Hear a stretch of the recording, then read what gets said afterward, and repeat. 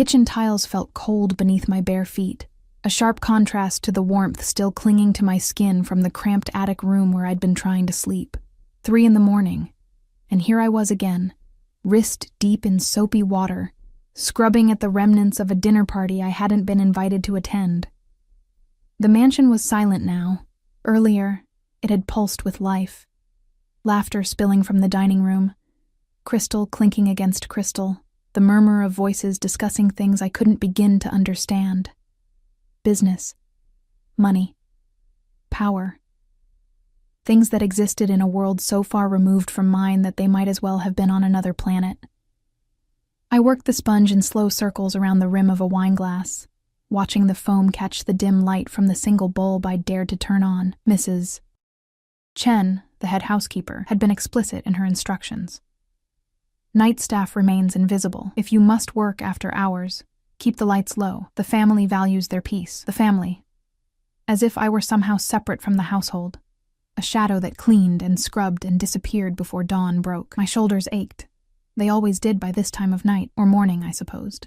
The dinner service had required carrying countless platters up from the kitchen, each one heavier than the last. My arms had trembled by the end of it, but I'd kept my face neutral, my movements steady. Show weakness in a place like this, and you'd be replaced before you could pack your single suitcase. I needed this job. Desperately. The water had gone lukewarm, so I drained the sink and refilled it, adding another squirt of dish soap. The scent of artificial lemon filled my nostrils. Sharp, chemical, nothing like the real fruit. It reminded me of the tiny apartment I'd left behind 3 months ago, the one I could no longer afford after the factory closed. At least here I had a roof over my head, even if that roof was a converted storage space that still smelled faintly of mothballs. A glass slipped from my fingers.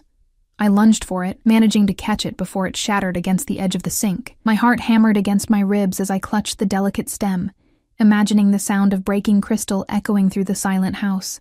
That would have been the end of everything. One mistake, one moment of clumsiness, and I'd be out on the street. Careful, I whispered to myself, setting the glass gently on the drying rack. My reflection stared back at me from the darkened window above the sink. Hollow-eyed, hair pulled back in a messy bun, skin pale from too many nights without proper sleep. I looked away quickly.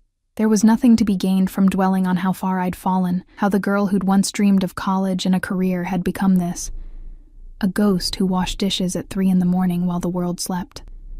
The stack of plates seemed endless. I'd already been at this for an hour, and there were still the serving platters, the salad bowls, the delicate teacups that required special attention. Mrs. Chen would inspect everything in the morning, running her finger along the edges, checking for water spots or soap residue. One imperfection, and I'd spend the next night rewashing the entire set. I reached for another plate when I heard it. A footstep. My hands froze in the water, soap suds dripping from my fingers. The sound had come from the hallway that led to the main wing of the house, where the family's private quarters were located. I held my breath, listening, praying I'd imagined it. Another footstep. Closer now. Panic seized me. I wasn't supposed to be here, or rather, I was supposed to be here. But I wasn't supposed to be seen. The rules were clear. Night staff worked in the shadows, finished before dawn, vanished before the family stirred. Being discovered like this, in my threadbare nightgown covered by an old cardigan, no makeup, hair a mess. It was a violation of the invisible contract that kept me employed. I considered running, but there was nowhere to go. The kitchen had only 2 exits. The hallway where the footsteps were coming from, and the service entrance that led to the staff quarters, which was across the room. I'd never make it without being seen, so I did the only thing I could. I kept washing dishes, trying to make myself as small and unobtrusive as possible, hoping whoever it was would take what they needed and leave without really looking at me. The footsteps stopped. I could feel eyes on me, a weight pressing against my shoulder blades. My hands moved mechanically through the water, lifting a plate, scrubbing it, rinsing it, setting it aside. Act normal, I told myself. Act like you belong here, like this is completely routine. Like your heart isn't trying to beat its way out of your chest. You're the new maid. The voice was male, low and smooth, with an edge of something I couldn't quite identify. Not quite curiosity, not quite annoyance. Something darker, more penetrating. I turned slowly, keeping my eyes lowered in what I hoped was an appropriately deferential manner. "Yes, sir. I apologize if I disturbed you. I was just finishing. Look at me." It wasn't a request. I raised my eyes and immediately understood why Mrs. Chen had warned me, in her clipped, matter-of-fact way, to avoid the young master at all costs.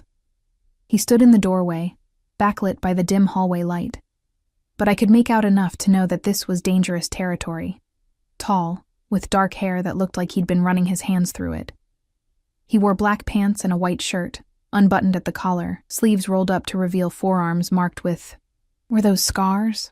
Or tattoos? In the low light I couldn't tell, but it was his eyes that held me frozen. Dark, intense, calculating. The kind of eyes that saw everything, that peeled back layers you didn't even know you had. "What's your name?" he asked, moving further into the kitchen. Each step was deliberate, predatory, like he was circling prey. "Emma, sir." My voice came out barely above a whisper. "Emma Whitmore." He moved closer to the counter where I stood, and I caught his scent. Expensive cologne mixed with something else. Whiskey, maybe.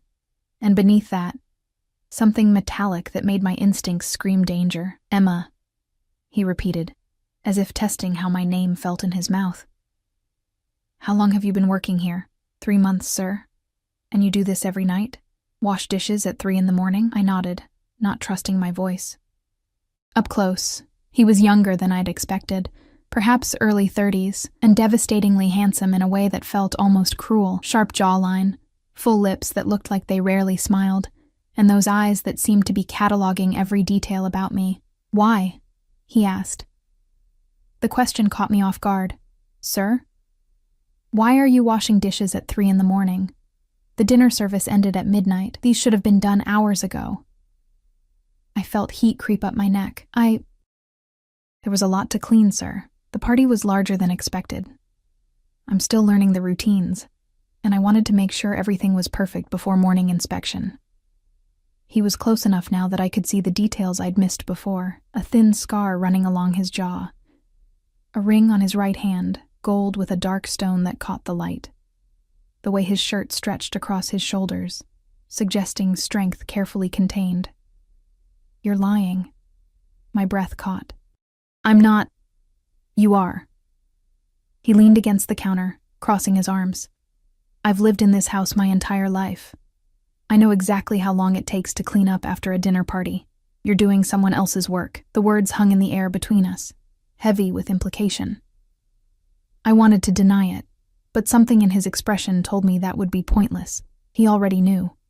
Mrs. Chen's daughter had the night shift. I heard myself say, the words tumbling out before I could stop them. She wasn't feeling well, so I offered to help. "Help," he repeated, his tone suggesting he knew that wasn't the whole truth. "And what did you get in exchange for this help?" Nothing. I'd gotten nothing except a grudging nod from Mrs. Chen, and the knowledge that I'd bought myself a little more security, a little more time before I could be dismissed for being unnecessary. But I couldn't say that. Couldn't admit that I was so desperate to keep this job that I'd work myself to exhaustion every night if it meant staying off the streets. "It was the right thing to do," I said instead. Something flickered across his face. Surprise, maybe, or disbelief. He pushed off the counter and moved closer. Close enough that I had to tilt my head back to maintain eye contact. Close enough that I could feel the heat radiating from his body. "The right thing to do," he murmured, and there was something almost mocking in his tone. "You're either incredibly naive or incredibly stupid. I should have kept quiet, should have nodded and apologized and hoped he'd leave, but exhaustion had frayed my usual careful control, and I heard myself respond, "Maybe I'm just trying to survive, sir."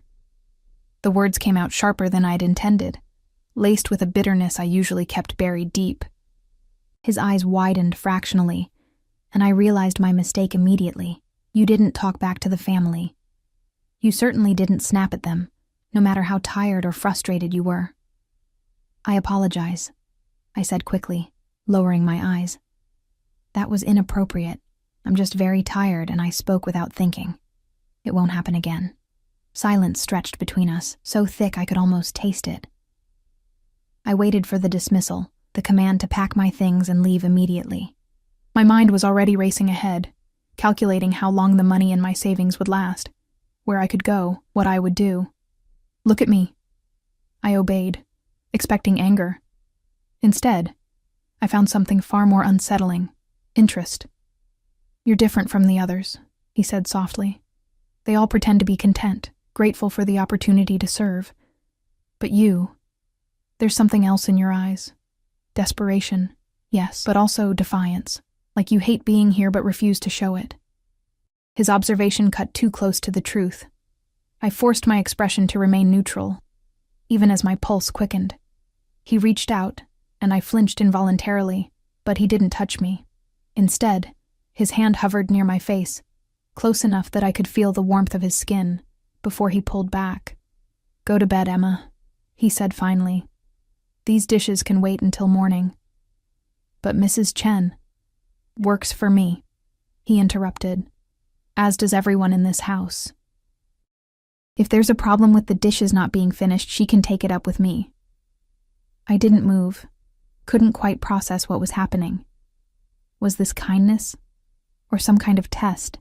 "That's an order," he added, his voice taking on an edge that made it clear this wasn't a suggestion. I dried my hands on a towel, my movements stiff and uncertain. "Yes, sir. Thank you, sir." I started toward the service entrance, desperate to escape his presence, to get away from those penetrating eyes that seemed to see straight through every defense I'd carefully constructed. "Emma."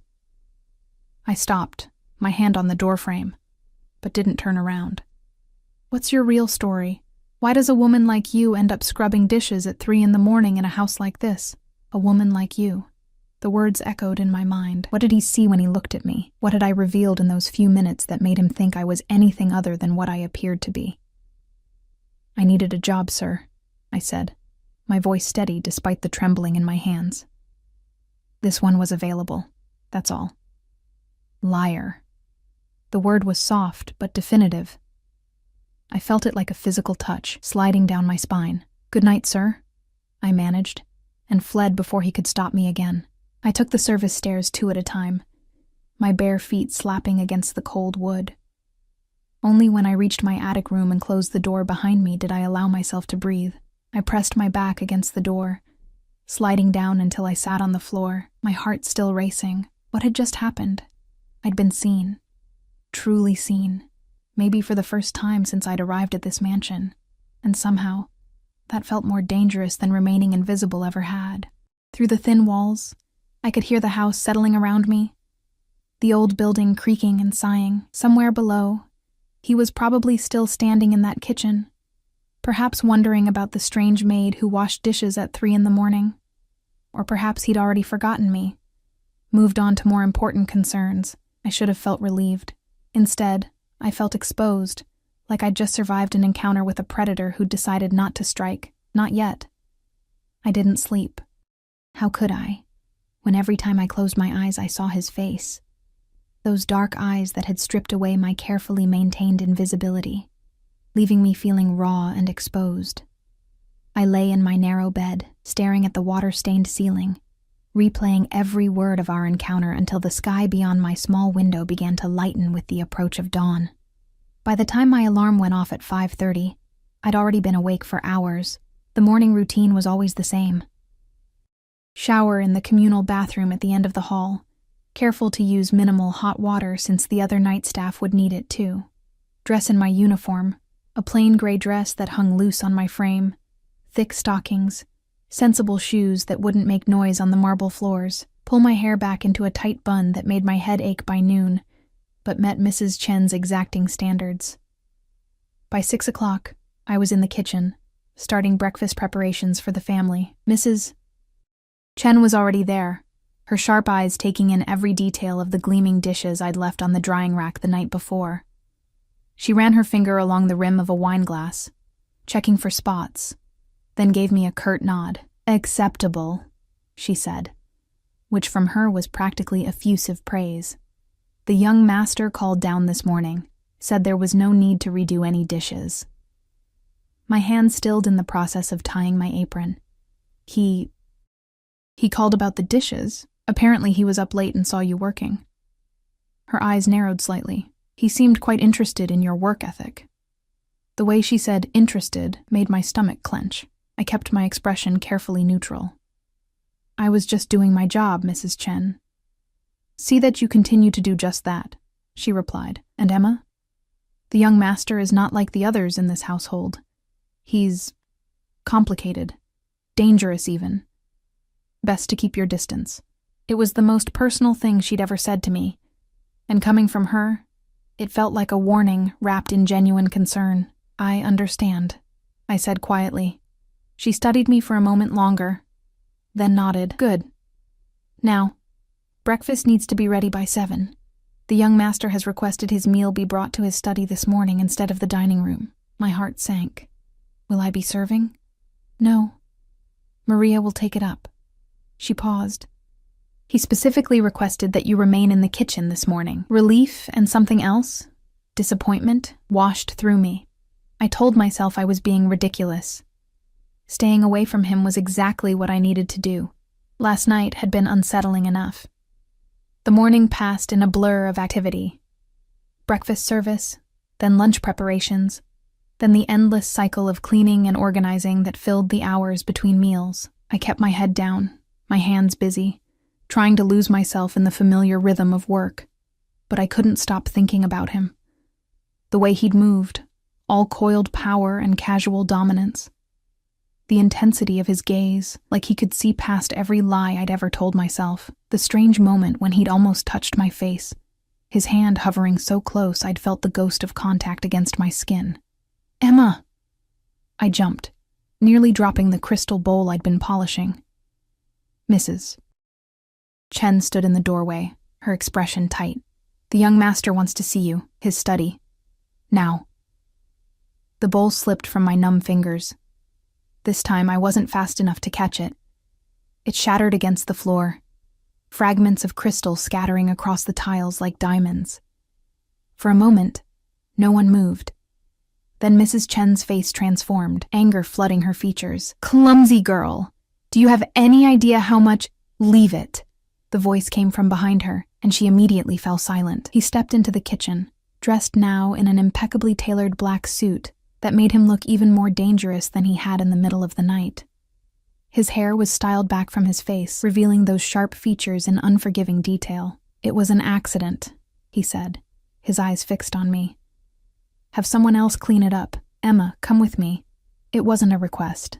Mrs. Chen stepped aside, and I had no choice but to follow him out of the kitchen. We walked through hallways I'd only ever cleaned, past artwork that probably cost more than I'd earn in a lifetime, up a grand staircase that I'd polished that very morning. His study was on the 2nd floor, in a part of the house I'd been forbidden to enter. He opened the door and gestured for me to go ahead of him. I hesitated at the threshold, my survival instincts screaming at me to run. I'm not going to hurt you, he said, and there was something almost amused in his tone. At least not today. The joke, if it was a joke, did nothing to calm my racing heart, but I stepped inside anyway, because what choice did I have? The study was smaller than I'd expected, more intimate, dark wood paneling, floor-to-ceiling bookshelves, a massive desk positioned near windows that overlooked the garden. The scent of leather and old paper filled the space, along with that same cologne I'd noticed last night. He closed the door behind us. The click of the lock engaging made me flinch. I turned to face him, my back to the desk, hands clasped in front of me to hide their trembling. Sit, he said, gesturing to one of 2 leather chairs positioned near the fireplace. I'd prefer to stand, sir. That wasn't a suggestion. I sat. He poured himself a drink from a crystal decanter on a side table, whiskey, dark amber in the afternoon light. He didn't offer me one. Instead, he stood near the fireplace, studying me with that same unsettling intensity from the night before. Tell me about yourself, Emma. There's nothing to tell, sir. Another lie. He took a sip of his drink. You're educated. I can hear it in the way you speak, the words you choose. That's not common for someone in your position. I kept my eyes fixed on my hands. I had some college, sir. Before circumstances changed. What circumstances? personal ones. The command in his voice made me look up. He'd moved closer without me noticing, now standing directly in front of my chair. The height difference was even more pronounced with me sitting. I had to crane my neck back to meet his eyes. "Why do you care?" The question escaped before I could stop it, frustration overriding caution. "I'm just a maid. One of dozens of people who work in this house. Why am I here?" Something flickered across his face. Satisfaction, maybe, like I'd finally done something he'd been waiting for. He set his glass down on a nearby table and crouched in front of me, bringing his eyes level with mine. "You want to know why you're here?" His voice had dropped to something low and intimate, dangerous as a blade. "Because last night, I saw something I haven't seen in a very long time. Someone real. Everyone in this house, everyone in my life, they all wear masks. They tell me what they think I want to hear. Show me what they think I want to see. But you were too tired to pretend. For just a moment, I saw who you really are." His proximity was overwhelming. I could see the flecks of gold in his dark eyes, the faint stubble along his jaw, the way his pupils dilated slightly as he watched me. "And what did you see?" I whispered. "A fighter." He reached out slowly, giving me time to pull away, and tucked a loose strand of hair behind my ear. His fingers barely grazed my skin, but the contact sent electricity racing down my spine. Someone who's been beaten down by life but refuses to stay down. Someone who takes on extra work at 3 a.m, not because she's weak, but because she's strong enough to do whatever it takes to survive. I should have been flattered. Instead, I felt terrified. Being noticed, being seen, it made me vulnerable in ways I couldn't afford. "I need this job," I said, my voice steadier than I felt. "If this is some kind of game, if you're bored and looking for entertainment, please just let me go back to work. I can't lose this position." His hand dropped away from my face. "Why? What are you running from?" "I'm not running from anything. Emma." He said my name like a reprimand. "I'm going to tell you something, and I want you to really hear it. I know everything about everyone who works in this house. I know Mrs. Chen's daughter has a gambling problem that's gotten her into debt with some very unpleasant people. I know that Marcus, my driver, sends most of his paycheck back to his family in the Philippines. I know that the groundskeeper has a daughter with medical bills he can barely afford." He stood, moving back to his drink, giving me space to breathe. "And I know that Emma Whitmore enrolled at State University 4 years ago on a partial scholarship. That she was studying business administration and working 2 jobs to cover expenses. That she dropped out suddenly in her junior year, right around the time her mother was diagnosed with stage 4 cancer." The air left my lungs in a rush. "How do you—" "I also know," he continued, his voice gentle now, almost kind, "that she died 8 months ago. That you lost your apartment 3 months after that. That you have exactly $237 in your savings account and no family left to turn to." Tears burned behind my eyes, but I refused to let them fall. "What do you want from me?" He turned back to face me, and his expression was unreadable. "Honesty. That's all. No more lies, no more pretending. I want to know who you really are." "Why?" The word came out broken, all my careful control crumbling. "Why does it matter? I'm nobody. I'm nothing. No." The single word was sharp, definitive. He crossed back to me in 2 long strides and gripped my chin, forcing me to look at him. "You're not nothing. Don't ever say that again." The intensity in his eyes was almost painful to witness. His thumb brushed along my jaw, a touch that was somehow both gentle and possessive. "You don't know me," I managed. "You don't know anything about me. Not really." "Then tell me." His grip softened but didn't release. "Tell me everything." And maybe it was exhaustion, or loneliness, or the simple fact that I hadn't really talked to anyone in months. Maybe it was the way he looked at me, like I mattered, like I was visible for the first time in forever. Whatever the reason, I found myself talking. I told him about my mother, about watching cancer slowly steal her away while I worked myself to exhaustion trying to pay for treatments that ultimately didn't help. About dropping out of school because I couldn't afford tuition and medical bills simultaneously. About the apartment I'd loved, the life I'd been building. all of it slipping through my fingers like water. About the weeks after her death, when I'd felt so hollow that getting out of bed seemed impossible. About the eviction notice, the desperate job search, the slow realization that I'd fallen so far that climbing back up seemed impossible. I answered an ad for a live-in maid. I finished, my voice hoarse. Mrs. Chen barely looked at me during the interview. I think she just needed someone who wouldn't ask questions and would work for minimal pay. And I needed to not be homeless. My cheeks were wet. I hadn't even realized I was crying. He released my chin and pulled a handkerchief from his pocket, silk, monogrammed, and handed it to me. "Thank you for telling me," he said quietly. I dabbed at my eyes, mortified by my loss of control. "I'm sorry. You didn't need to hear all of that." "Yes, I did." He settled into the chair across from mine, his elbows on his knees, his attention entirely focused on me. "Emma, I'm going to make you an offer. You can accept it or refuse it. The choice is yours, but I need you to really think about it before you answer." Dread pooled in my stomach. "What kind of offer?" "I want to hire you, not as a maid, as a personal assistant." I blinked, certain I'd misheard. "I don't understand." "My life is complicated," he said carefully. "I have business dealings that require discretion, appearances that must be maintained. I need someone I can trust, someone who isn't connected to the usual circles. Someone who—" He paused, seeming to choose his words carefully. "Someone who has nothing to gain by betraying me. You don't know if you can trust me." "No," he agreed, "but I'm willing to take that risk." The position would come with a substantial salary, private accommodations, and the understanding that what you see and hear stays confidential. In return, you'd attend certain events with me, help maintain my schedule, and essentially become part of my inner circle. It sounded too good to be true, which meant it probably was. "What's the catch?" A ghost of a smile touched his lips. "Smart girl. The catch is that my world is dangerous, Emma. Not everyone in my life is going to be happy about you being there. You'd be stepping into a situation that could become complicated." "What do you mean, dangerous?" His expression shuddered. "That's information for another time. For now, I need your answer. Will you accept my offer?"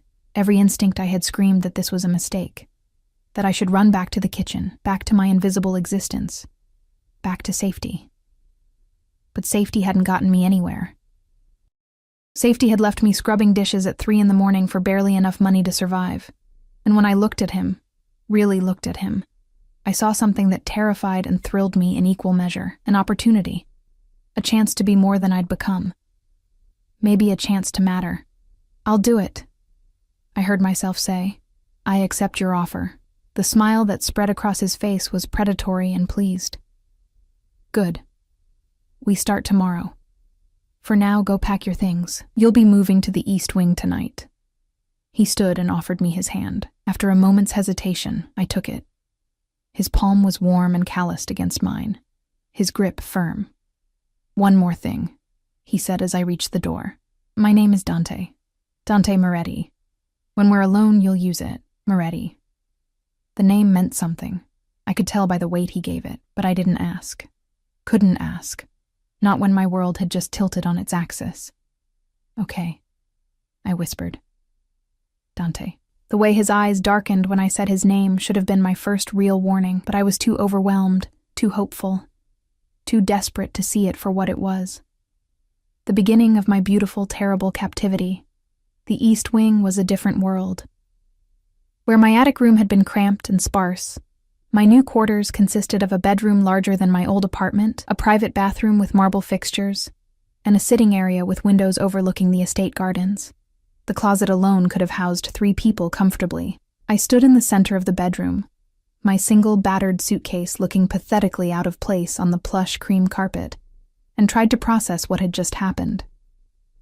24 hours ago, I'd been invisible. Now I was here, in rooms that probably cost more per month than I'd earned in a year, because a man I barely knew had decided I was... what? Interesting? Trustworthy? The rational part of my brain knew this was insane. The desperate part whispered that I'd be a fool to question good fortune. A knock at the door made me jump. "Come in," I called, expecting perhaps one of the other staff members. Instead, Dante entered, followed by 2 women carrying garment bags and boxes. He'd changed from his suit into dark slacks and a charcoal sweater that somehow made him look even more devastating than before. "We need to get you properly outfitted," he said without preamble. "Sophia and Claire are going to take your measurements and provide you with an appropriate wardrobe." I stared at the women as they began unpacking their supplies, measuring tapes, fabric samples, tablets with what looked like clothing catalogs. "That's not necessary. I have clothes. Not for where you're going." His tone was matter of fact, brooking no argument. "Tomorrow night you're accompanying me to a charity gala. You'll need evening wear, business attire, casual clothes that actually fit you properly. Consider it part of your employment package." The woman named Sophia, tall, elegant, with sharp eyes that assessed me professionally, stepped forward. "If you'll just stand here, dear, this won't take long." I glanced at Dante, uncomfortable with the idea of being measured while he watched. He seemed to understand, moving toward the door. "I'll be in my study when you're finished. Someone will bring dinner up for you at 7. Then he was gone, leaving me with the 2 women who immediately began their work with brisk efficiency. "Arms out," Sophia instructed, wrapping the tape around my bust. "Claire, make a note. She'll need alterations on everything. Poor thing is swimming in that uniform." I stood perfectly still, feeling like a doll being prepared for display. They measured every part of me, occasionally murmuring to each other about sizes and styles, pulling up images on their tablets for my approval. "What do you think of this?" Claire asked, showing me a picture of an elegant navy gown with a fitted bodice and flowing skirt. "It's beautiful," I said honestly. "But isn't it a bit much?" "Nonsense. Mr. Moretti's companion needs to look the part." She made a note on her tablet. "We'll do this one in midnight blue. It'll complement your skin tone beautifully." Mr. Moretti's companion. The phrase made my stomach flutter with something between anxiety and anticipation. They worked for another hour, showing me options, taking notes, discussing accessories and shoes, as if dressing me were a military operation requiring strategic planning. By the time they packed up their supplies, I felt overwhelmed and oddly vulnerable, as if by measuring my body they'd somehow gained access to parts of me I usually kept hidden. "The first pieces will arrive tomorrow morning," Sophia said, as they prepared to leave. "The gown for tomorrow night will be ready by 4. Claire will come by at 5 to help with hair and makeup. I can do my own. Mr. Moretti's instructions," she interrupted gently. "He wants everything perfect." After they left, I sank onto the edge of the massive bed, my mind racing. This was really happening. Tomorrow night, I'd be attending a charity gala as Dante Moretti's companion, dressed in clothes worth more than I'd earned in months, pretending to be someone I wasn't. The thought should have excited me. Instead, it terrified me. Dinner arrived precisely at 7, delivered by Maria, who couldn't quite hide her curiosity as she set the tray on the table in the sitting area. Grilled salmon, roasted vegetables, a side salad, and a glass of white wine. "Will there be anything else, miss?" she asked, the title sounding strange directed at me. "No, thank you, Maria. This is more than enough." She hesitated at the door. "Emma? Are you all right? We heard you're not working in the kitchen anymore." I managed a smile. "I'm fine. Just a change in duties." After she left, I picked at the food, my appetite gone. The salmon was perfectly cooked, the vegetables seasoned to perfection, but everything tasted like ash in my mouth. I kept thinking about Dante, about the way he'd looked at me in his study, about the danger he'd mentioned so casually. What had I agreed to? Sleep eluded me again that night. I lay in the unfamiliar bed, staring at shadows dancing across an unfamiliar ceiling, listening to the house settle around me. Somewhere in this massive building, Dante was probably awake too. What was he thinking? Did he regret his impulsive offer? Or was this all part of some plan I couldn't see? Morning came too quickly. I rose early from habit, showered in the luxurious bathroom, and dressed in my old uniform since nothing else had arrived yet. I was attempting to style my hair when someone knocked. "It's open," I called. A young man in a black suit entered, carrying multiple garment bags. "Miss Whitmore? First delivery from Sophia. She said to tell you there's more coming this afternoon." He hung the bags in the closet and left before I could properly thank him. I unzipped the first bag and found casual clothes, soft sweaters, well-fitted jeans, simple blouses in muted colors. Everything looked expensive and elegant in its simplicity. The second bag contained business attire, tailored pants, silk blouses, a fitted blazer. I ran my fingers over the fabric, marveling at the quality. A note fell out, written in elegant script. For today, wear the cream blouse and gray pants, understated but professional. S. I dressed as instructed, barely recognizing myself in the mirror. The clothes fit perfectly, making me look polished in a way my oversized uniform never had. I twisted my hair into a professional bun and applied minimal makeup. I had no idea what the day would bring, but at least I'd look presentable. Another knock. This time, I opened the door to find Dante standing there, dressed in another impeccable suit, his hair styled back from his face. His eyes swept over me, lingering in a way that made heat crawl up my neck. "Perfect," he said simply. "Come, we have a busy day." I followed him through the house, trying to ignore the stares from other staff members as we passed. Mrs. Chen watched from the kitchen doorway, her expression unreadable. I wanted to stop, to explain, but Dante's pace didn't allow for it. We ended up in a different room this time, a private office with a large conference table. A man was already waiting there, older than Dante, with silver-streaked hair and calculating eyes. When we entered, he stood, his attention immediately fixing on me with uncomfortable intensity. "So this is her," he said, his voice carrying a hint of an accent I couldn't place. "Emma, this is Vincent. He handles security for my business interests." Dante gestured for me to sit at the table. "Vincent, this is Emma Whitmore. She'll be accompanying me to events from now on." Vincent circled the table slowly, studying me like I was a puzzle to be solved. "You've done a background check?" "Of course."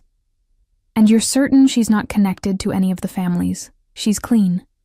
Dante's voice held an edge. "I wouldn't have brought her here otherwise." I sat quietly, feeling like a specimen under examination. Vincent finally took a seat across from me, his expression neutral, but his eyes sharp. "Miss Whitmore, I need to be very clear with you about something." He folded his hands on the table.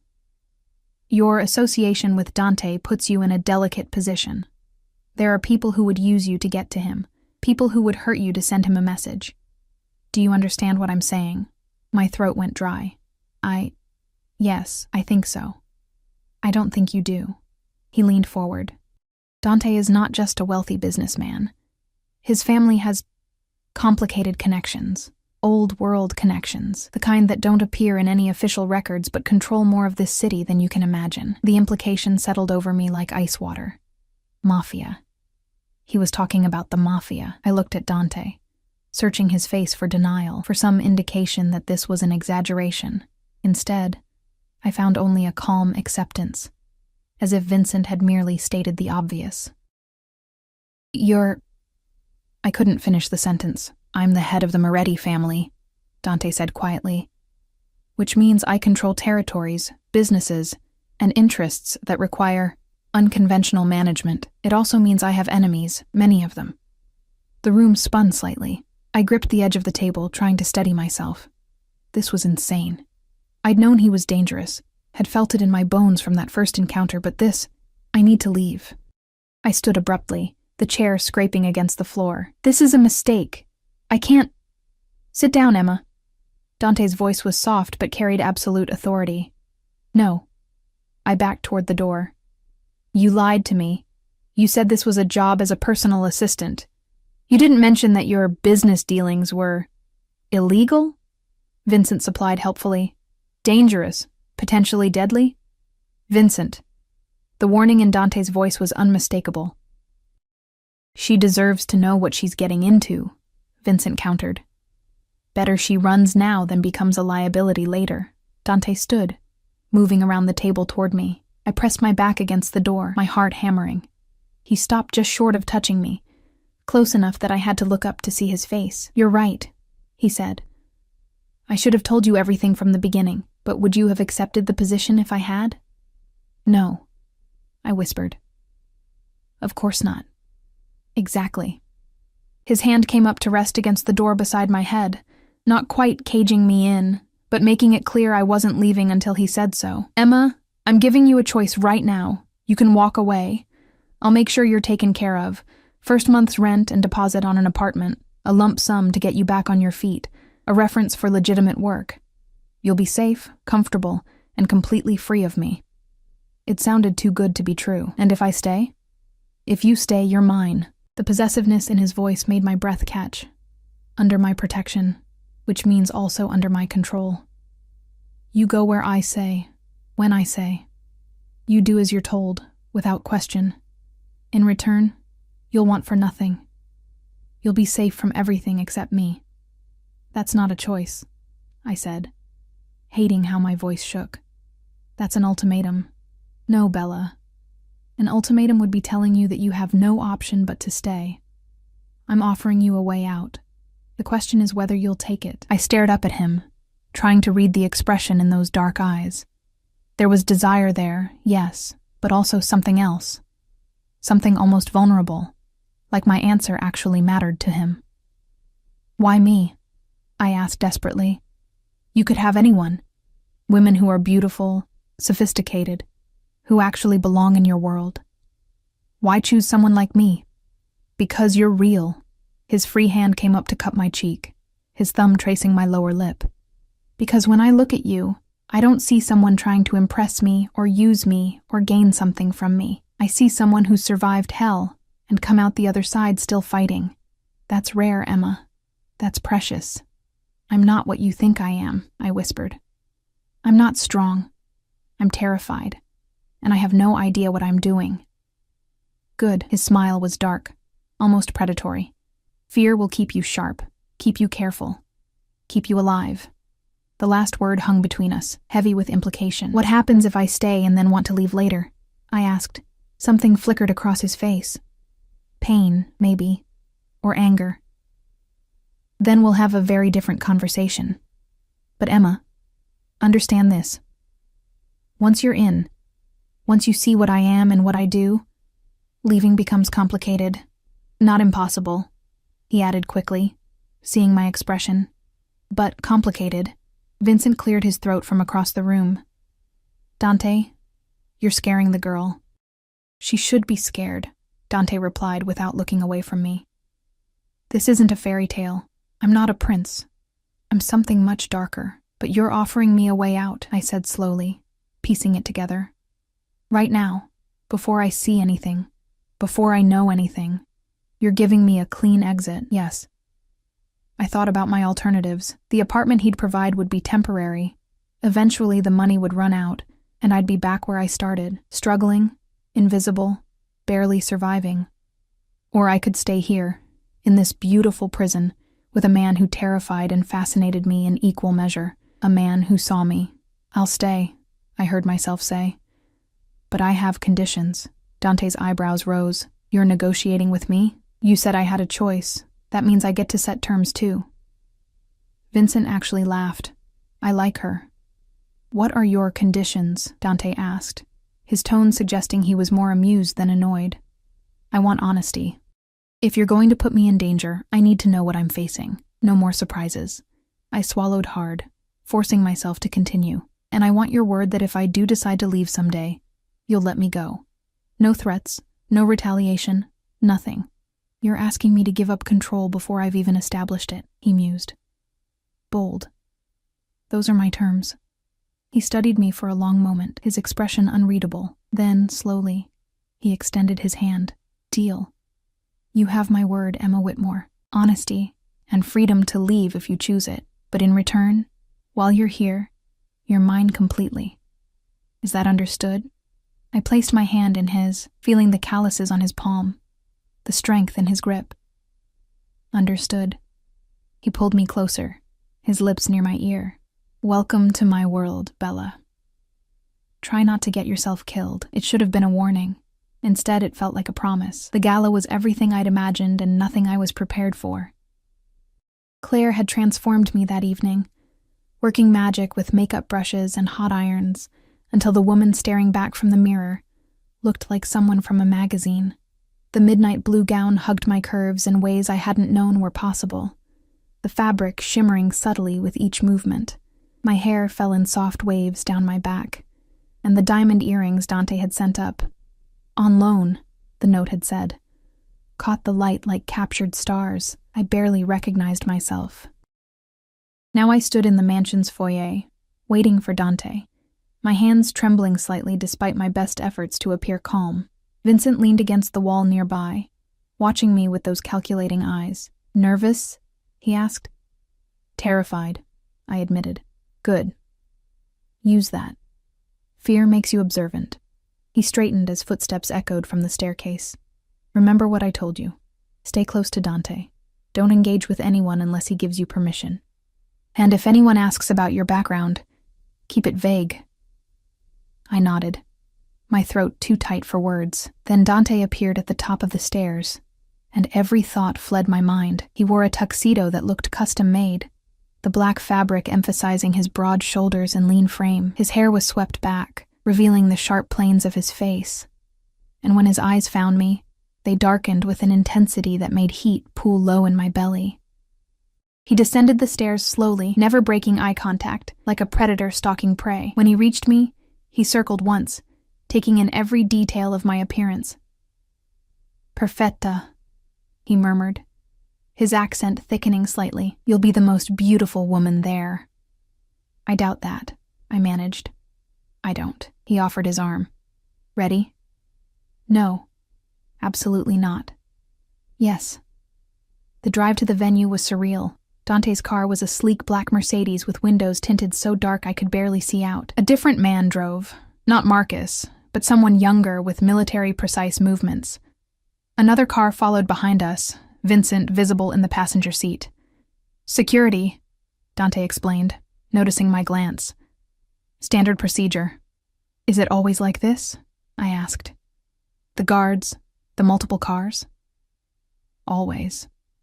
His hand found mine on the leather seat between us, his fingers threading through mine with casual possession.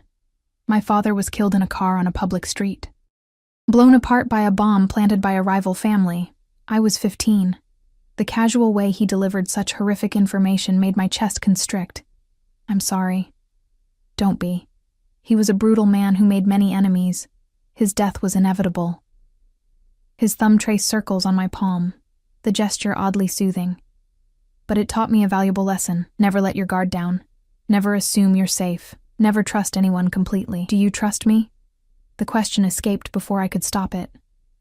He turned to look at me fully, his dark eyes searching my face. "I'm beginning to." The hotel hosting the gala was the kind of place I'd only seen in movies. Marble columns, crystal chandeliers, uniformed staff greeting guests at every turn. Our car pulled up to the entrance, and immediately 2 men in dark suits appeared, scanning the area before opening Dante's door. He stepped out first, then turned to help me. As my hand slipped into his, camera flashes exploded around us. I flinched, instinctively trying to pull back, but Dante's grip tightened. "Smile," he murmured. "Let them see you're with me." I forced my lips to curve, trying to ignore the shouted questions from photographers crowding the barriers. "Mr. Moretti, who's your date? Is this a new relationship? Can we get a name?" Dante ignored them all, guiding me up the red carpet with one hand at the small of my back. The touch was possessive, claiming, announcing to everyone watching that I belonged to him. Inside, the ballroom was a sea of designer gowns and expensive suits. Champagne flowed freely, carried by servers in crisp white uniforms. A string quartet played in one corner, while guests mingled and laughed, their voices creating a constant buzz of conversation. I felt completely out of place. "Breathe," Dante said softly, leaning close enough that his lips brushed my ear.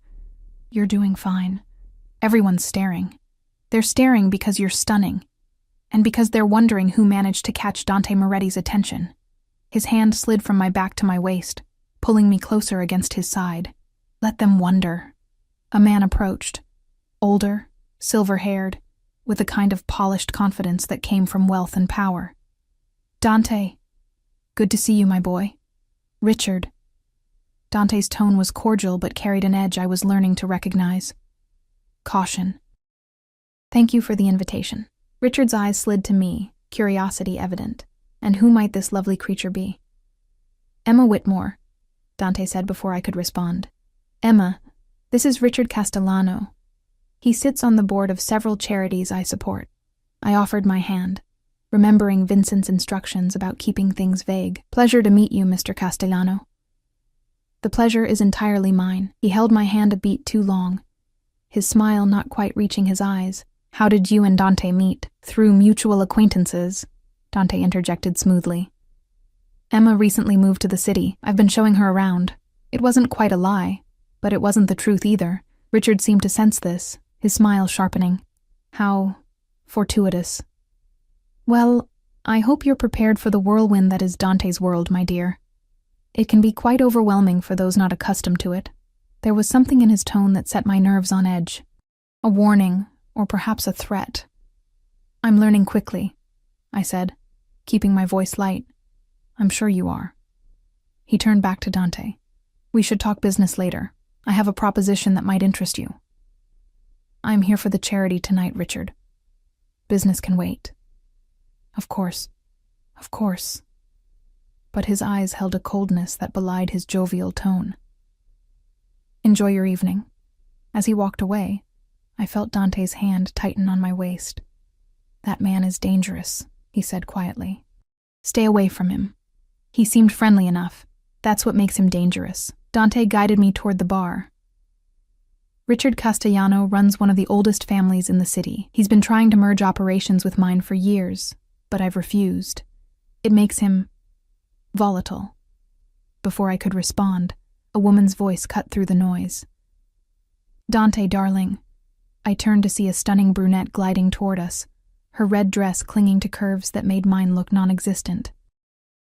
She was the kind of beautiful that seemed almost unreal. Perfect features, flawless skin, the confidence of someone who'd never been told no. And the look she gave me was pure venom. Isabella, Dante said, his tone carefully neutral. I didn't expect to see you here. I wouldn't miss it. She air-kissed both his cheeks, completely ignoring me. It's been too long. You haven't returned my calls. I've been busy. Clearly. Her eyes finally slid to me, taking in every detail with obvious disdain. And who is this? Emma Whitmore. Emma. This is Isabella Rossi. The name meant something. I could tell by the slight tension in Dante's shoulders. Isabella extended one perfectly manicured hand, her smile sharp as glass. How quaint. Tell me, Emma, how long have you known Dante? Not long, I said, taking her hand briefly. I see. She turned back to Dante, moving closer to him in a way that deliberately excluded me. We need to talk, darling. Privately. There are matters we left unresolved. There's nothing to discuss, Isabella. No? Her laugh was brittle. Your father and mine had an agreement, Dante. One you seem determined to ignore, but agreements have consequences, as you well know. The temperature between them dropped several degrees. Dante's expression hardened into something cold and dangerous. My father's agreements died with him. Tell your father that if he has something to say to me, he can say it himself, not through you. Isabella's smile faltered, genuine anger flashing across her face. You think you can just walk away, that bringing some nobody to a public event changes anything? She looked at me with such contempt, I felt it like a physical blow. She's a distraction, nothing more. Everyone here knows it. Careful, Isabella. Dante's voice was soft, deadly. You're embarrassing yourself, am I? Or am I the only one brave enough to say what everyone's thinking? She leaned in, her voice dropping but still audible to me. How long do you think she'll last once she sees what you really are, once she understands the blood on your hands? My pulse quickened, but I forced myself to remain still, to not react. This was a test, I realized. Not just from Isabella, but from everyone watching this interaction. And people were definitely watching. Dante's arm snaked around my waist, pulling me flush against his side. The possessiveness of the gesture was unmistakable. Emma knows exactly what I am. And unlike you, she chose to be here. Now, if you'll excuse us." He guided me away before Isabella could respond, his hand pressing firmly against my lower back. I could feel the tension radiating through him, the barely controlled anger. "I'm sorry," he said once we were out of earshot. "That was inappropriate." "Who is she?" I asked, though I already had a suspicion. Someone from my past. Her father and mine arranged a marriage between us when we were children. An alliance to unite two families. His jaw clenched. I refused. It caused complications. "She seems to think you'll change your mind." "She's wrong." He stopped, turning to face me fully. We were near the terrace doors, partially hidden by a marble column. His hands came up to frame my face, tilting my chin until I had no choice but to meet his eyes.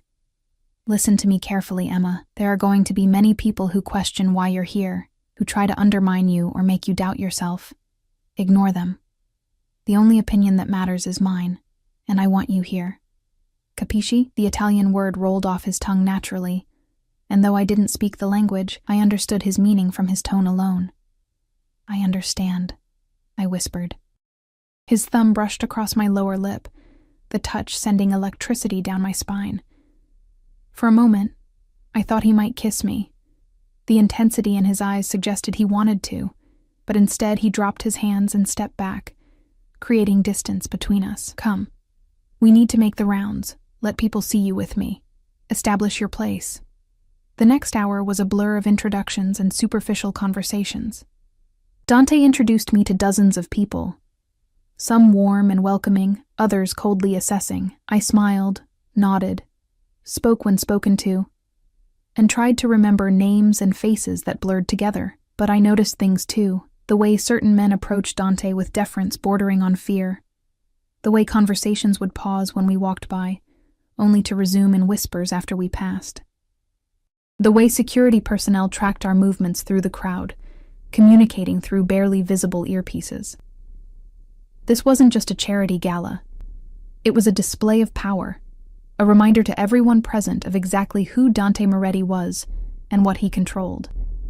And I was part of that display now. We were near the buffet when Vincent appeared, his expression tight. He leaned close to Dante, whispering something I couldn't hear. Dante's entire demeanor changed, shoulders tensing, jaw hardening. "When?" he asked quietly. 20 minutes ago. Antonio is handling it, but you should know." Dante nodded curtly, then turned to me. "I need to step away for a few minutes. Stay here with Vincent. Don't wander off." "Is everything okay?" "Business." He pressed a quick kiss to my temple, the first time he'd done so, and disappeared into the crowd. Vincent moved closer, positioning himself slightly in front of me. "Nothing to worry about. Just some associates getting rowdy at one of the clubs. Happens sometimes." "Associates," I repeated, understanding the euphemism. "People who work for the family. Usually it's nothing, but Dante likes to be informed immediately when there's trouble." He scanned the crowd constantly as he spoke. "You did well tonight, by the way. Handled Isabella better than most would have. She hates me. She hates anyone who has what she wants. Don't take it personally." He paused. "Though you should know, her family won't let this go easily. The Rossis expected that marriage to happen. Dante refusing it was a significant insult. So I've made them enemies just by being here." "You made them enemies the moment Dante decided you were his." Vincent's expression softened slightly. "But don't worry. He protects what's his, always has." What's his? The phrase echoed in my mind, possessive and absolute. Dante returned 15 minutes later, his expression carefully neutral, but his eyes hard. "We're leaving." "But the event isn't now, Emma." The command in his voice silenced any protest. The drive back was tense. Dante sat rigidly in his seat, jaw clenched, one hand curled into a fist on his thigh. I wanted to ask what had happened, but the fury radiating from him kept me silent. When we finally reached the mansion, he helped me out of the car, but didn't release my hand. Instead, he pulled me through the house, past startled staff members, up the stairs to the east wing, to my room. He opened the door and ushered me inside, following and closing it behind him. For a moment, we just stood there, the tension thick enough to choke on. "Dante, do you know what happened tonight?" His voice was low, controlled, but I could hear the rage underneath. "While we were at that gala, smiling and playing nice, someone thought they could send me a message. They attacked one of my businesses, burned it to the ground." My hand flew to my mouth. "Was anyone hurt?" "3 of my men are in the hospital. One might not make it." He turned away, running both hands through his hair, destroying the careful styling. "This is what my world is, Emma. Violence and blood and constant warfare. People died tonight because I took an evening off to attend a charity function. That's not your fault, isn't it?" He spun back to face me, and the anguish in his eyes stole my breath. I knew there was tension with the Castellanos. I knew Richard was making moves, but I ignored it because I wanted. He stopped, shaking his head. "It doesn't matter what I wanted." I moved closer, drawn by the pain in his voice. "What did you want?" "One normal evening. One night where I could pretend to be just a man taking a beautiful woman to a party, where I didn't have to think about territory disputes and family politics, and who might try to kill me next." His laugh was bitter, stupid. "It's not stupid to want normal. It is for someone like me." He looked at me then, really looked at me, and I saw something vulnerable beneath the anger. "This is why you should leave, Emma, while you still can, before you get caught in the crossfire." "Is that what you want? For me to leave?" The question hung between us, his hands clenched and unclenched at his sides, like he was physically restraining himself from reaching for me. "No," he finally said, the word almost a growl. "No, I don't want you to leave. I want you to stay. I want to keep you close, keep you safe, keep you—" He cut himself off, closing his eyes. "Cristo, what am I doing?" I closed the remaining distance between us, placing my hand on his chest. His heart hammered beneath my palm. "I'm not leaving." His eyes snapped open. "You don't know what you're saying." "Yes, I do. I made a choice, Dante. I'm staying." "Even knowing the danger? Even seeing what tonight was like? Even then?" Something broke in his expression. His hands came up to cup my face, holding me like I was something precious and breakable. "You're either very brave or very foolish. Maybe both," I whispered. He leaned down slowly, giving me time to pull away, but I didn't. When his lips finally met mine, it was like touching a live wire. Electric, consuming, impossible to resist. The kiss started gentle, almost tentative, but quickly deepened into something desperate and possessive. His hands tangled in my hair, careful of Claire's work, but firm enough to angle my head exactly how he wanted it. I gasped against his mouth, and he took advantage, his tongue sliding against mine in a way that made my knees weak.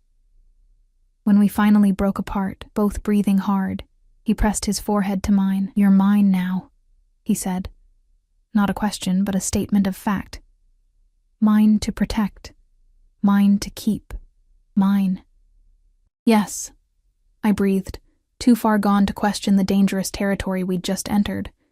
Outside the window, the city lights glittered like fallen stars. Somewhere out there, his enemies were plotting. His empire was under threat. Violence waited in the shadows. But in this moment, in this room, there was only us, and that felt like enough. The next 3 weeks passed in a blur of contrasts. Luxury and danger, tenderness and violence, moments of normalcy shattered by reminders of exactly who Dante Moretti was. I learned quickly that being his meant existing in a constant state of beautiful tension. Mornings began with breakfast in his private dining room, just the 2 of us, where he'd read reports while I pretended not to notice the gun holstered at his side. He'd ask about my day's plans, offer suggestions for how to spend my time, all while his phone buzzed constantly with messages he'd ignore until I left the room. The clothes kept coming. A new wardrobe that transformed me from invisible Maid to someone who belonged in Dante's world. I attended more events, always at his side, learning to navigate conversations laden with double meanings and veiled threats. I smiled at people who smiled back while plotting ways to hurt us. I wore diamonds that cost more than most people earned in a year and pretended not to see the blood that paid for them. But there were other moments too. Quiet evenings when Dante would find me in the library, pull me into his lap, and simply hold me while the weight of his world pressed down on his shoulders. Stolen kisses in hallways when no one was watching. The way his eyes would soften when he looked at me, like I was something good in a life filled with darkness. I was falling for him, hopelessly, dangerously falling for a man who lived by rules I barely understood. And then, everything changed. It was a Tuesday afternoon when Vincent found me in the garden. I'd been reading, enjoying the late autumn sunshine, trying to pretend this was my life now, that I belonged here, that this could last. Emma. His tone made me look up immediately. We have a problem. My stomach dropped. What kind of problem? The kind that involves your past. He sat on the bench beside me, his expression grave. We received intelligence this morning. Someone's been digging into your background, going deeper than our initial checks went. I don't understand. You said I was clean. You are.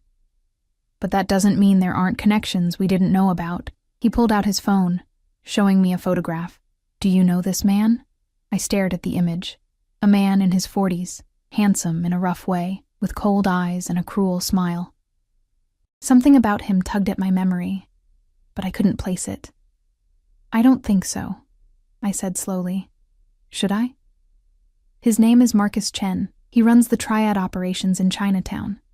Vincent swiped to another photo. This one older, a younger Marcus Chen standing beside a woman I recognized immediately. Mrs. Chen. The head housekeeper. That's his sister, Vincent confirmed. Which means the daughter you covered for that night, the one whose shift you took when Dante first saw you, is his niece. The pieces clicked together with sickening clarity. Oh God. It gets worse. Marcus Chen has been working with the Castellano family, the same family that burned down Dante's club 3 weeks ago. He put the phone away, his expression grim. Emma, they didn't just randomly hire you. This was planned. They put you in this house deliberately, knowing Dante would eventually notice you. The garden spun around me. No, that's not. I applied for the job myself. I saw an ad placed by Marcus Chen's people. They've been trying to get someone inside Dante's inner circle for months. You were perfect. Desperate. Alone. No criminal connections. Someone Dante would view as safe. But I didn't do anything, I protested weakly. I haven't told anyone anything. They don't need you to tell them anything. Your presence is enough. Vincent's voice softened slightly. Emma, you're a weakness now. Something they can exploit. The fact that Dante cares about you makes you a target. Where is he? I stood, my legs unsteady. Does he know? He's in a meeting with the heads of the other families, trying to negotiate a ceasefire before this turns into full-scale war. Vincent stood too, placing a hand on my shoulder. But yes, he knows. He's known since this morning. And he didn't tell me? He was trying to figure out how to handle it. How to keep you safe. I pulled away from Vincent's touch. Anger and fear warring inside me. I need to see him. That's not a good idea right now. I don't care. I was already moving toward the house. Either you take me to him or I find him myself. Vincent sighed but followed. Your funeral. The meeting was taking place in a part of the mansion I'd never seen, a conference room in the basement, accessible only by elevator that required a keycard. Vincent used his, and we descended into what looked like a bunker. Wait here, he instructed when the doors opened. I'll tell him you're... But I was already pushing past him, following the sound of raised voices to a heavy wooden door. I shoved it open without knocking. The room fell silent. 6 men sat around a large table, including Dante at the head, and Richard Castellano to his right. All of them turned to stare at me with varying expressions of shock and irritation. Dante's expression went from surprise to fury in seconds. Emma, get out. No. I stepped fully into the room, letting the door close behind me. We need to talk. This is not the time. When is the time, Dante? When were you planning to tell me that I've been a pawn in someone else's game? That my entire presence here has been orchestrated? My voice rose despite my attempts to control it. I deserve to know what's happening. Richard Castellano laughed, the sound cruel. Well, the little bird has claws after all. Tell me, my dear, did you know you were being used? Or were you truly that naive? Shut your mouth, Richard. Dante's voice was lethal. Why? She's already ruined your credibility by barging in here. Might as well let her hear the truth. Richard leaned back in his chair, his smile vicious. Your precious Emma was planted in your house by Marcus Chen. Every moment you've spent with her, every secret she's overheard, every weakness she's seen, all of it has been reported back to your enemies. That's not true, I said, but my voice shook. I haven't told anyone anything. Because they haven't activated you yet, another man interjected, older, with scars running down one side of his face. But they will. And when they do, you'll have no choice but to obey. That's how these operations work. Dante stood abruptly, the chair scraping against the floor.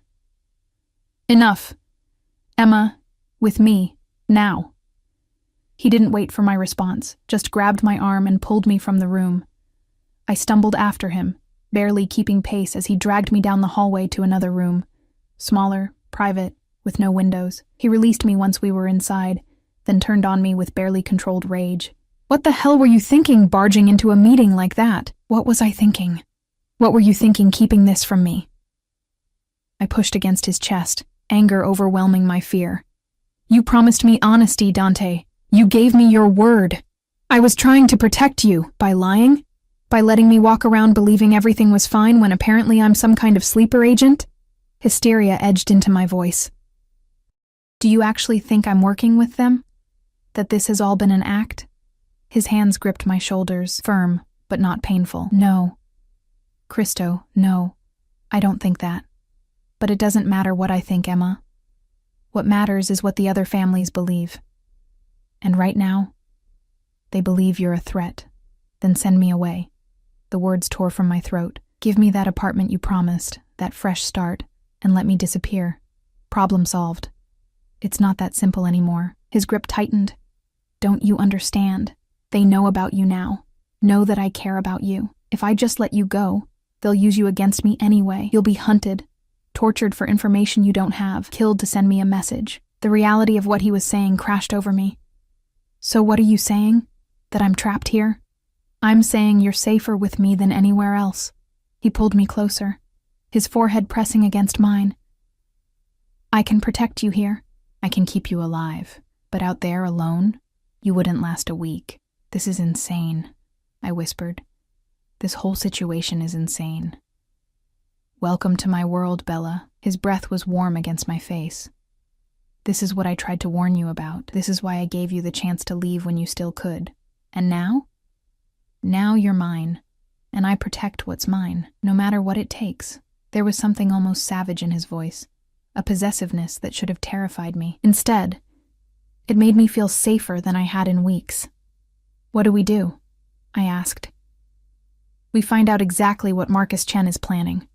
We figure out who else is involved, and we eliminate the threat. He cupped my face, his thumbs brushing away tears I hadn't realized were falling. But I need you to trust me, Emma. Can you do that? I thought about everything that had happened since that night in the kitchen. The way he'd seen me when I was invisible, the way he'd given me a choice even when he didn't have to, the way he kissed me like I was precious, held me like I mattered, looked at me like I was the only real thing in his dangerous world. Yes, I said, I trust you.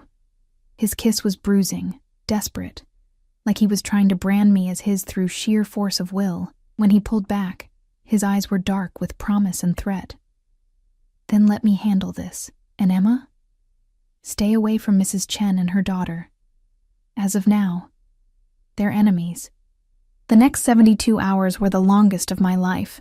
I was confined to the East Wing, with guards posted outside my doors at all times. Vincent brought me meals and updates, each one more concerning than the last. Marcus Chen had gone into hiding. The Castellano family was mobilizing their forces. Other families were choosing sides, picking alliances, preparing for war. And at the center of it all was me, the girl who just wanted a job and a place to sleep. Dante came to me late on the third night. I was sitting by the window, staring out at the grounds, when I heard the door open and close.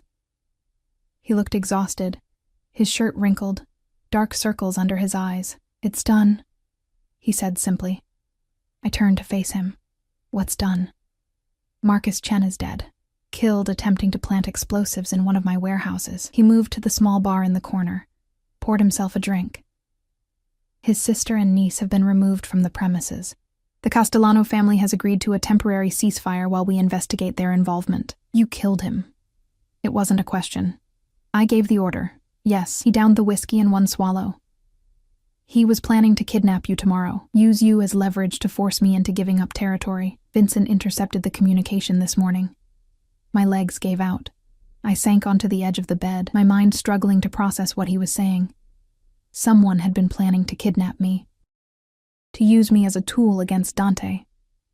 He crossed the room, kneeling in front of me so we were eye level. It's over now.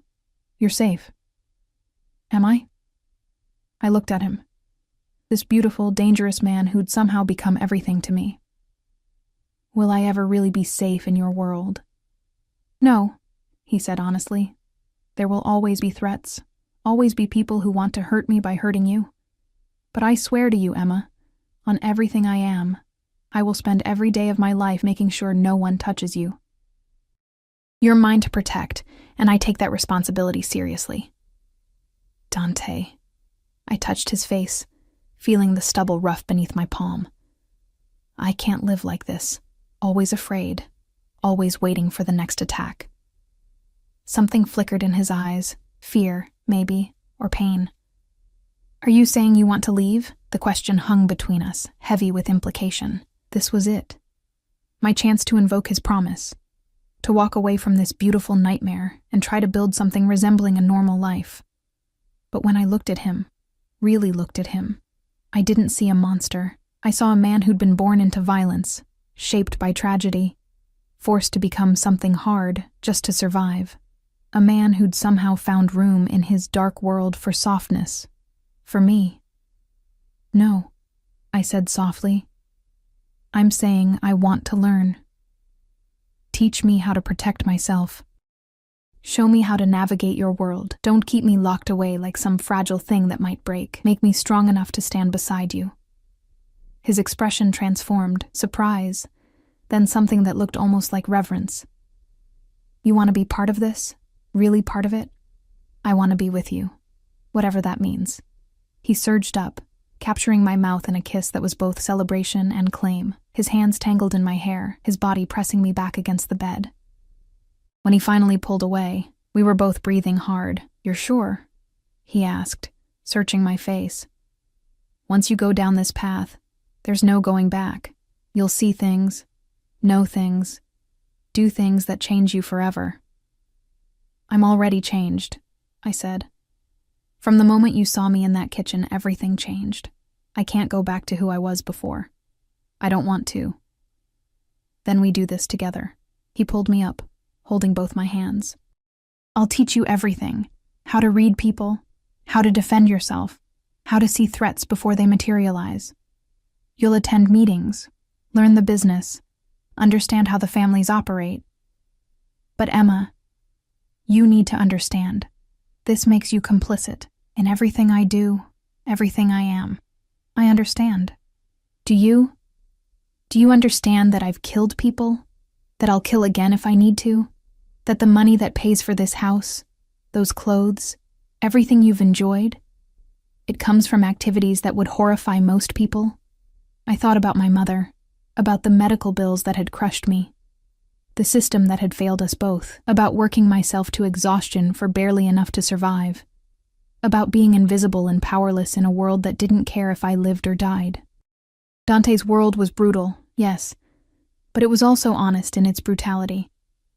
There were no pretty lies here, no pretense that playing by the rules guaranteed safety or success. I understand, I repeated. And I choose this. I choose you. The smile that spread across his face was fierce and possessive. Then welcome to the family, Bella. Welcome home. He kissed me again, slower this time, thorough. And as his hands began to explore, as my body responded to his touch, I felt something settle inside me, a sense of rightness, of belonging. This was my life now. Dangerous, complicated, morally ambiguous, but it was mine. And I was his. Completely, irrevocably his. 6 months later, I stood in Dante's office, reviewing security reports while he met with his captains downstairs. I wore a tailored suit, black, severe, professional, and a gun holstered at my hip that I now knew how to use with deadly accuracy. Vincent had trained me himself, teaching me not just how to shoot, but how to think like a survivor, how to identify threats, plan exits, read body language. Dante had taught me the politics, who to trust, who to fear, how to navigate the complex web of alliances and grudges that governed his world. I'd attended my first negotiation 3 months ago, watched Dante systematically destroy a man who'd tried to cheat him, using words like weapons, until the man was begging for mercy, then watched him grant that mercy, because sometimes showing strength meant showing restraint. I'd learned that power wasn't just about violence, it was about control, about knowing when to strike and when to hold back, about building loyalty through both fear and respect. The door opened and Dante entered, loosening his tie. How do the numbers look? Revenue is up 15% in the Eastern Territories. The new arrangement with the Costello family is working. I handed him the report, but we're having issues with the waterfront. Someone's been stealing shipments. I know. I'm handling it. He crossed to me, pulling me into his arms. How are you handling it? This life? I leaned into him, breathing in his familiar scent. Some days are harder than others. But I'm still here. Any regrets? I thought about the girl I'd been, exhausted, invisible, scrubbing dishes at 3 a.m. Then I thought about who I'd become, strong, powerful, feared, and respected in my own right. No, I said honestly. No regrets. Good. His arms tightened around me. Because you're stuck with me now, Bella. For better or worse. For better or worse, I echoed. Through the window, the city stretched out below us. Millions of lives, millions of stories, most of them small and ordinary and safe. Once upon a time, I'd wanted that kind of life. Safety, normalcy, the comfortable mediocrity of being invisible. But I'd been seen, claimed, transformed. And I wouldn't change it for anything. Dante's lips found my neck, trailing kisses up to my ear. I love you, he murmured. My fierce, beautiful Emma. I love you too, I whispered back. It wasn't the fairy tale ending little girls dreamed about. There was no riding off into the sunset, no promise of happily ever after. Our future would be filled with danger, with hard choices, with moments when we'd have to choose between right and wrong, and pick survival instead. But it was real. Raw and messy and completely, utterly real. And in a world built on lies and pretty facades, that realness was worth everything. I turned in his arms, capturing his mouth in a kiss that tasted of promise and possession. Outside, the city hummed with life. Inside, in our fortress of stone and steel and secrets, we built our own kind of paradise. Dark, dangerous, ours. And that was enough.